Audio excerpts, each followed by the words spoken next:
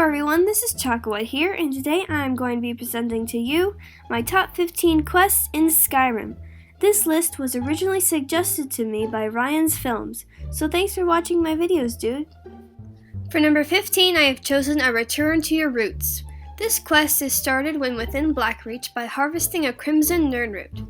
In a small house when first entering Blackreach, there is a small journal titled Sindurian's Field Journal. Yes, the same Sindurian as from Oblivion has left us yet another nirnroot quest.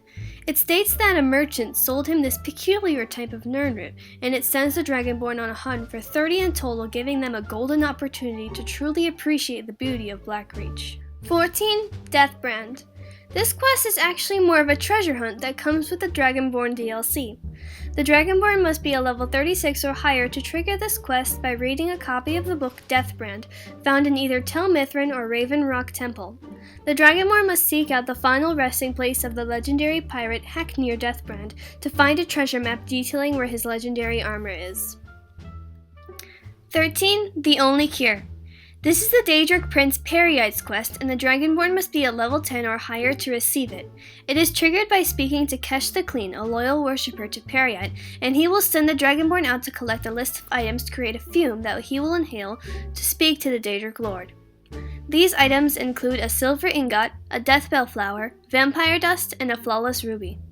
There is a unique enemy during this quest called the Afflicted, whose main form of attack is, well, projectile vomiting.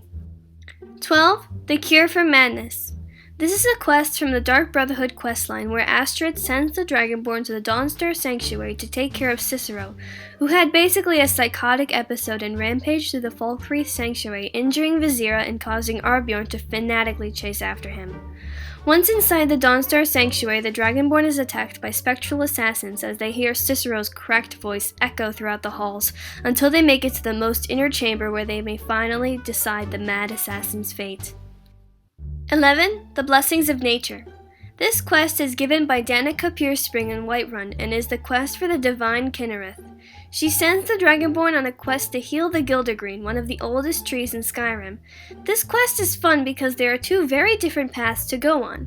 One, the Dragonborn goes on their own to retrieve Nelabane and then goes to the Eldergreen, forcing it to give up its sap, or two, being accompanied by the pilgrim named Maurice Jondrel, who can use the power of prayer to convince the Eldergreen to give up its sap in a very peaceful way. 10. Tending the Flames.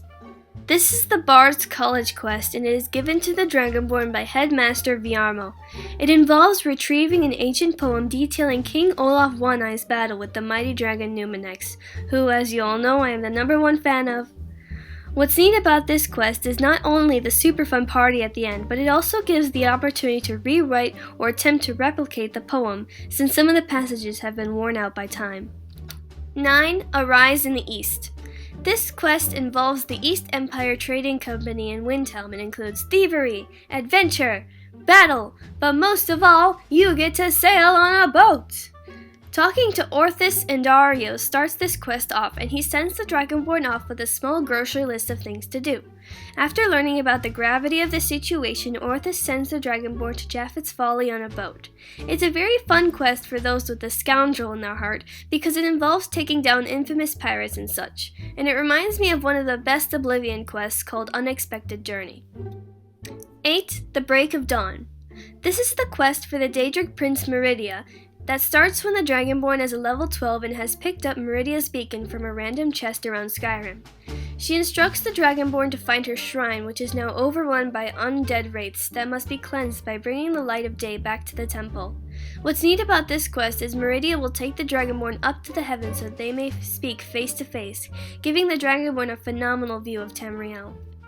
7. Ill Met by Moonlight.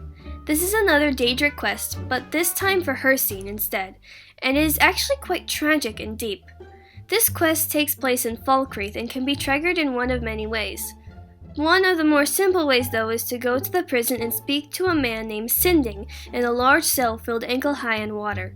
He explains that he didn't mean to kill that girl and bestows upon the Dragonborn the Ring of Hircine and tells them to hunt down the elusive white stag before being transformed into a werewolf and fleeing the prison.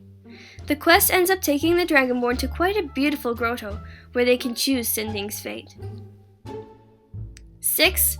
No one escapes Sidna Mine. This is a very real quest in my opinion, as it shows that even though you're innocent going into prison, that doesn't mean you're going to be innocent coming out. It takes place in the Markarth prison Sidna Mine and involves uncovering the secrets of the inmates and meeting the King in Rags Madanak, who you may either kill or join as a forsworn. 5. The Fallen. This is part of the main questline, and it involves calling the mighty dragon Odahviing to temporarily imprison in Dragon's Reach so that he will agree to fly the Dragonborn to the final hiding place of Alduin.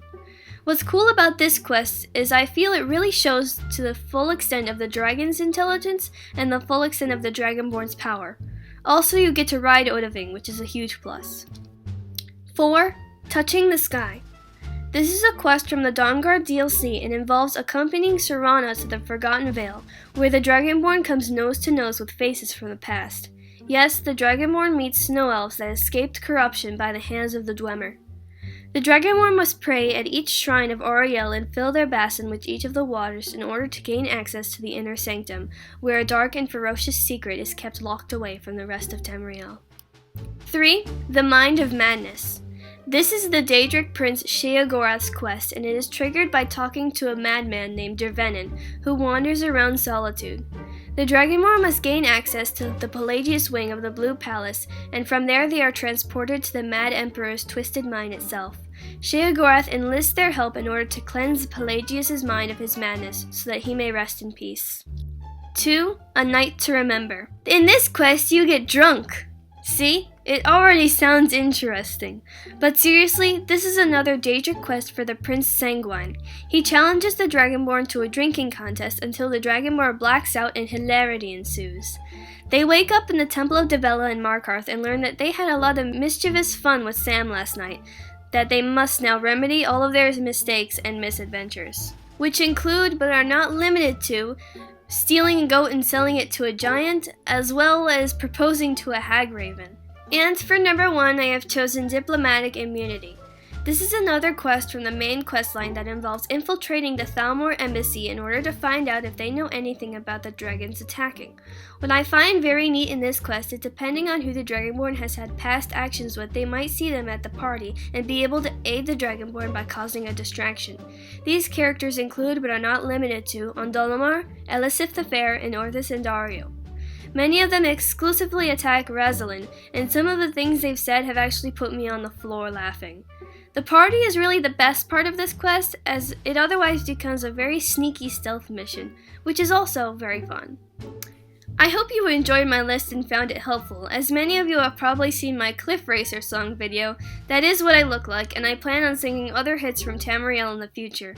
Remember to like and subscribe. Bye!